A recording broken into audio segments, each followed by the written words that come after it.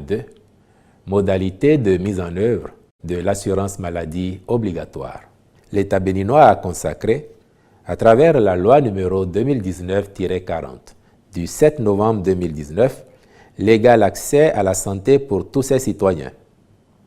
Dans cette logique, une stratégie intégrée et inclusive d'extension de la protection sociale a été adoptée en vue d'atteindre cet objectif.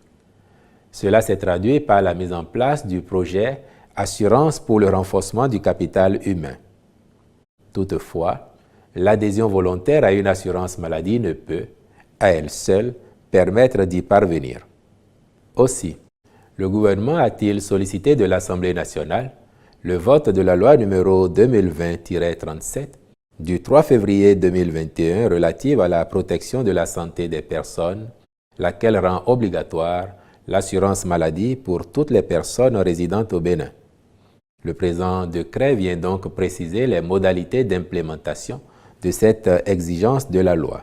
À cet effet, il est prescrit que l'État, les établissements publics et les collectivités territoriales prennent en charge, partiellement ou totalement, les frais de souscription d'une police d'assurance maladie concernant le panier de soins de base pour les cibles ci-après. Les salariés du secteur public, leurs conjoints et leurs enfants à charge. Les salariés des établissements publics ou organismes publics non commerciaux, leurs conjoints et leurs enfants à charge. Les étudiants béninois résidant au Bénin et bénéficiaires d'une allocation de l'État. Les retraités du secteur public, leurs conjoints et leurs enfants à charge. Les retraités du secteur privé à faible revenu, leurs conjoints et leurs enfants à charge. Les pauvres extrêmes et non extrêmes. Il est à préciser que l'assurance maladie n'est souscrite par l'État pour ses cibles qu'en l'absence d'une couverture par une police prenant en charge le panier de soins tel que défini. Quant aux employeurs du secteur privé et aux organismes publics commerciaux, ils souscrivent obligatoirement une police d'assurance maladie intégrant au minimum le paquet de soins de base pour leurs salariés, leurs conjoints et leurs enfants à charge. Les retraités du secteur privé, pour leur part, souscrivent une police d'assurance maladie pour eux-mêmes, leurs conjoints et leurs enfants à charge. Il leur est offert la possibilité de se faire prélever la prime d'assurance à la Caisse nationale de sécurité sociale.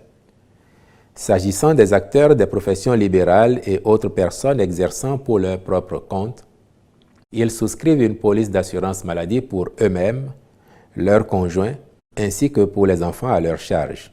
Il convient de préciser que les employeurs relevant aussi bien du secteur public que privé assurent le paiement de la prime d'assurance pour le panier de soins de base à hauteur de 80% au moins.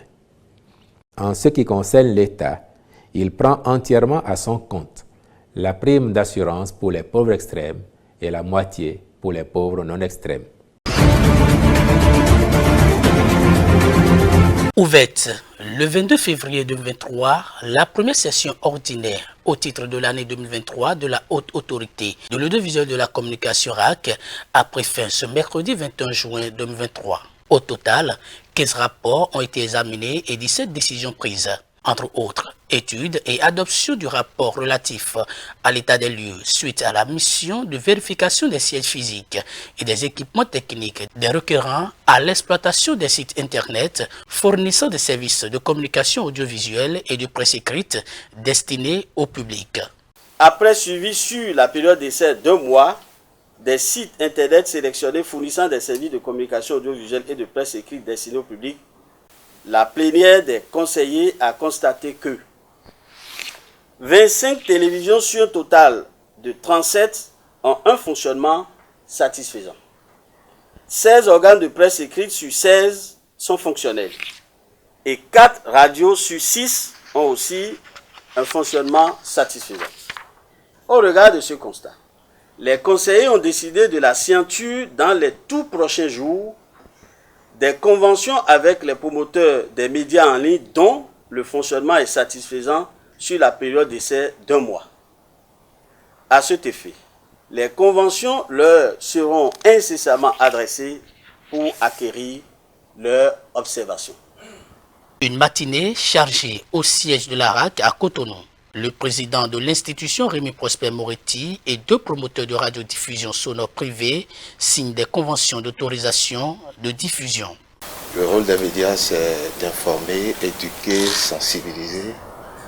En gros, participer à la construction du pays. Il y a tellement de choses à faire que le rôle des radiodiffusions n'est pas à négliger. Nous allons nous employer à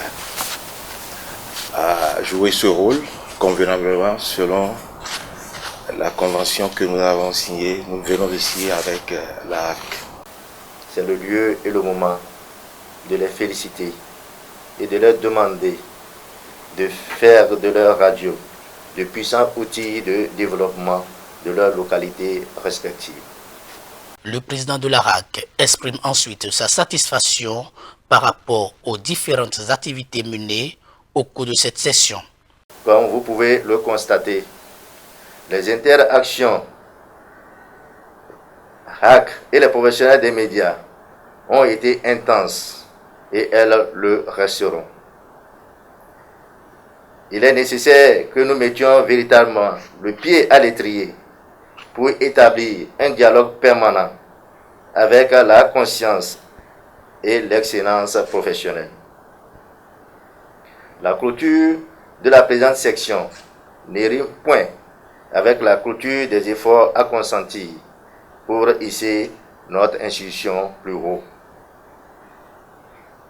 Demeurons dans la méthode, la rigueur et l'enthousiasme nécessaires pour le rayonnement de notre presse et de notre institution. Rémi Prosper Moretti a également reçu, dans la soirée de ce mercredi 21 juin 2023 à son cabinet, une délégation de la Cour constitutionnelle du Bénin. Alors, d'un mot, il faut savoir que c'est un rappel. Moi, je viens à peine de prendre mes fonctions et que, comme de coutume, il était important que je rencontre les autres présidents des institutions de la République. C'est ce que j'ai entrepris de faire depuis ce matin et j'ai eu l'honneur d'être reçu cet après-midi par Monsieur le Président de la HAC. C'est une visite de courtoisie et de prise de contact, parce qu'il faut savoir que nous sommes appelés à collaborer, à travailler de concert dans l'intérêt de l'État, dans l'intérêt de la République. Et nous nous sommes bien entendus sur la façon de procéder pour que ce qui se faisait déjà ne soit pas interrompu. Le nouveau président de la Cour constitutionnelle du Bénin, Dorothée Sosa, se dit satisfait des échanges menés avec le président de la RAC. Beaucoup de choses se font maintenant en ligne et on télécharge les inscriptions en ligne, les visas en ligne, les paiements en ligne. Donc l'Internet a révolutionné beaucoup de choses. Il y a beaucoup de bien à en tirer. De la même façon, il y a aussi le mal. En toute chose, il y a le bien et le mal.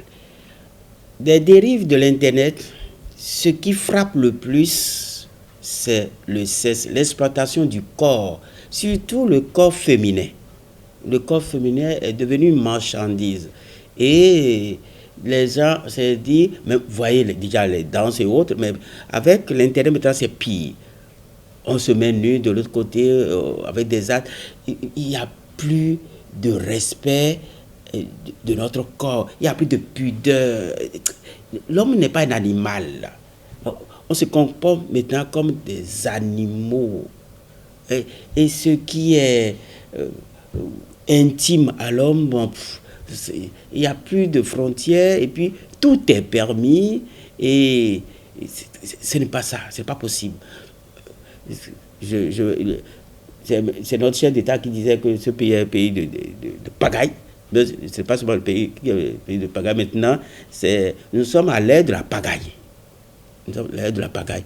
Pagaille, je dirais, sexuelle, pagaille intellectuelle, dans tous les sens. C'est généralisé. Tout ce qui est, comme on l'appelle, barrière, principe, tout est jeté en l'air. Il n'y a même plus la crainte de Dieu. Tout à l'heure, ici, il y a des gens qui sont là, même à l'église, à la chapelle, avec le portable, en train de chatter, en train de regarder des films pornographiques. Ce n'est même pas le lieu. Mais comment vous allez faire? Parce que voilà que sur les portables, il y a encore des prières, des gens apportent les portables pour prier. Donc vous allez contrôler chaque portable? Non. C'est une affaire de conscience. C'est pourquoi il dit qu'il faut sensibiliser. Et surtout, ceux qui orientent cet outil-là vers le cesse. C'est trop. Ça, c'est diabolique. Le diable, c'est le cesse. Et c'est dommage. Ça fait que l'homme n'est plus rien. Nous sommes traités comme des animaux, moins que des animaux encore. Alors qu'on a l'intelligence pour réfléchir et pour calculer et organiser certaines choses. Bon, au moins, il y a certains chefs d'État qui quand même prennent conscience de la chose et on arrive à planifier, réglementer certaines choses, mais ce n'est pas encore ça.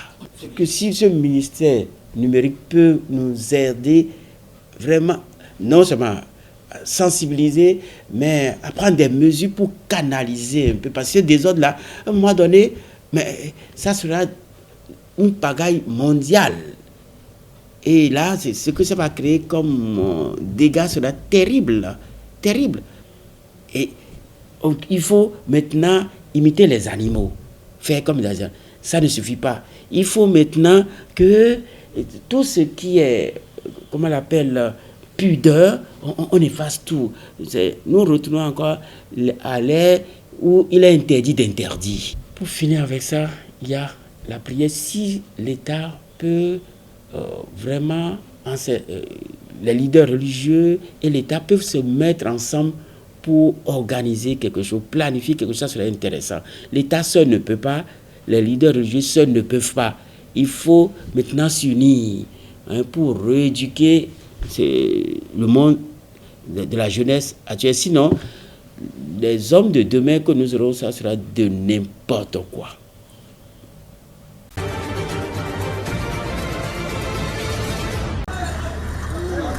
En Sierra Leone, des centaines de partisans du principal parti d'opposition, All People Congress, ont manifesté devant le siège de l'APC à Freetown mercredi, à seulement quelques jours des élections générales. Les manifestants appellent à la démission de Mohamed Koné, le commissaire électoral en chef, soupçonné de partialité en faveur du pouvoir. Nous sommes ici pour protester car nous voulons des élections crédibles, c'est tout ce que l'on souhaite. Nous n'avons aucun problème avec le gouvernement en place. Si les élections sont libres et équitables, il n'y aura certainement pas de protestation. Nous avons soulevé plusieurs questions auprès de la commission électorale. Ils n'ont rien pris en compte. Si Mohamed Koné sait qu'il n'est pas partial, alors il devrait écouter les habitants du pays, car nous sommes majoritaires. Pour l'APC, il est impératif que le gouvernement démantèle la commission électorale. L'opposition dénonce entre autres la mauvaise qualité des cartes d'électeurs, le système de décompte des voix ainsi que le transfert manuel et électronique des suffrages. Ce 24 juin, plus de 3 millions de Sierra-Léonais sont attendus aux urnes pour élire leur prochain président, leurs députés et conseillers locaux.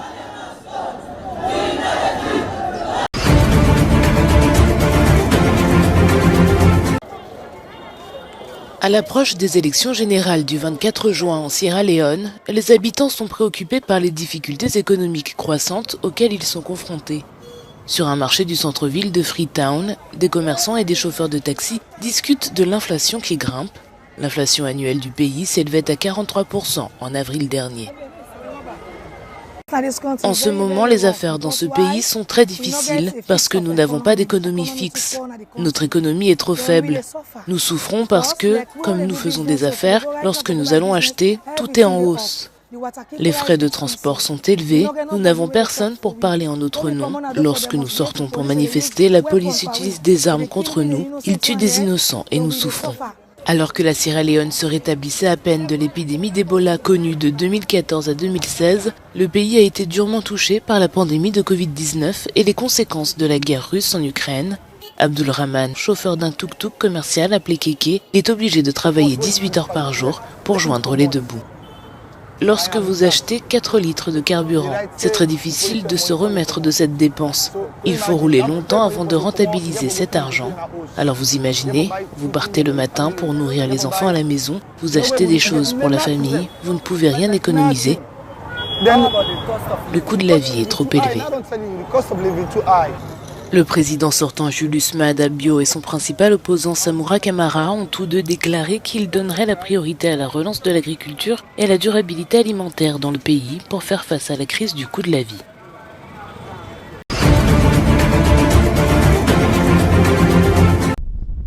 C'est en novembre 2022 que la dernière unité de production de la centrale au charbon de Komati en Afrique du Sud, qui produisait environ 125 MW, a fermé. La reconversion de celle-ci en centrale éolienne s'inscrit dans le projet de l'Afrique du Sud de réduire ses émissions de gaz à effet de serre. Cependant, la fermeture de cette centrale importante pèse sur la couverture énergétique. Bien que le changement climatique soit un problème majeur et que nous devions passer à des sources d'électricité à faible teneur en carbone, nous devons tenir compte du fait que la consommation d'électricité en général en Afrique du Sud est en forte hausse. Nous devons donc continuer à développer les énergies renouvelables, mais ne pas arrêter tout ce qui est fossile tant que nous n'aurons pas suffisamment d'électricité pour répondre aux besoins de base du pays. La Banque mondiale a accordé un prêt de 490 millions de dollars pour la reconversion de la centrale. Cet argent est censé permettre la formation des anciens employés, mais les travaux piétinent. Il devrait durer 5 ans selon les autorités. Quelques questions ont été soulevées concernant le modèle de financement associé à ce partenariat sur la transition énergétique. Du point de vue de l'Afrique du Sud, seuls 4% du montant représentent des subventions. Pour le reste, il s'agit principalement de prêts. Or, il est évident que notre pays est très endetté.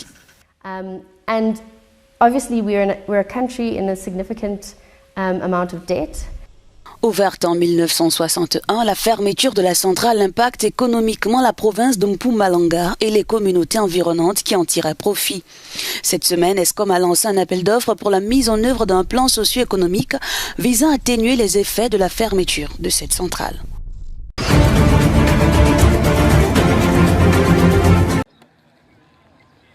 Un accident ferroviaire en Tunisie a fait au moins 2 morts et 34 blessés.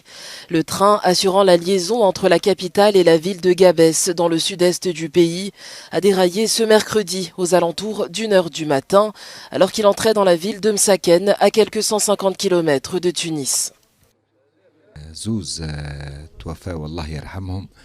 2 des personnes décédées ont été transférées à la morgue de l'hôpital Farhat Arshad Dessous, tandis que certains blessés sont soignés dans les services d'urgence des hôpitaux Farhat Arshad et Sarloul. Dans un communiqué, la Société nationale des chemins de fer tunisiens explique que le conducteur du train a été tué lorsque la locomotive s'est renversée à l'entrée de la gare. 3 wagons ont ensuite déraillé, causant la mort d'un passager.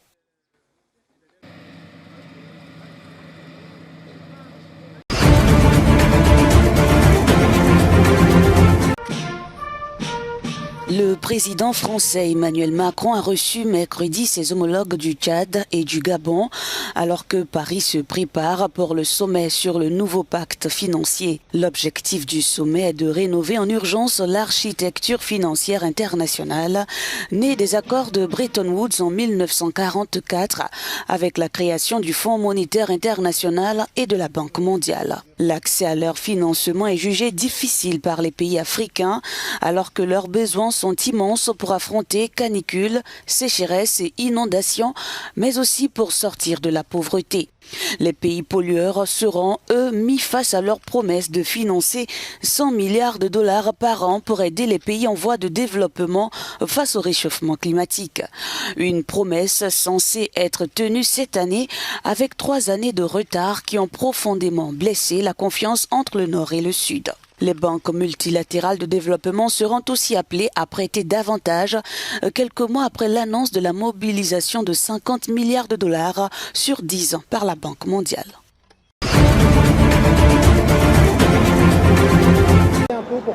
Des militants de plusieurs ONG, dont Glasgow Action Teams et 350.org, ont déployé une banderole devant la Tour Eiffel en France pour demander la fin du financement des énergies fossiles et la taxation des pollueurs. Ces activistes ont choisi d'agir à la veille du sommet de Paris pour un nouveau pacte financier mondial. Ce qui nous met en colère, pas qu'à la veille du sommet, c'est que des entreprises comme Total Energy, Exxon ou Shell continuent de battre des records de profit chaque année, alors que ça fait 50 ans qu'ils connaissent l'impact de leurs activités sur le climat et sur la biodiversité. L'objectif de ce sommet, trouver des moyens de réformer les banques de développement mondiales comme le Fonds monétaire international et la Banque mondiale, afin de faire face au réchauffement climatique et prendre en compte son impact dans les décisions de prêt.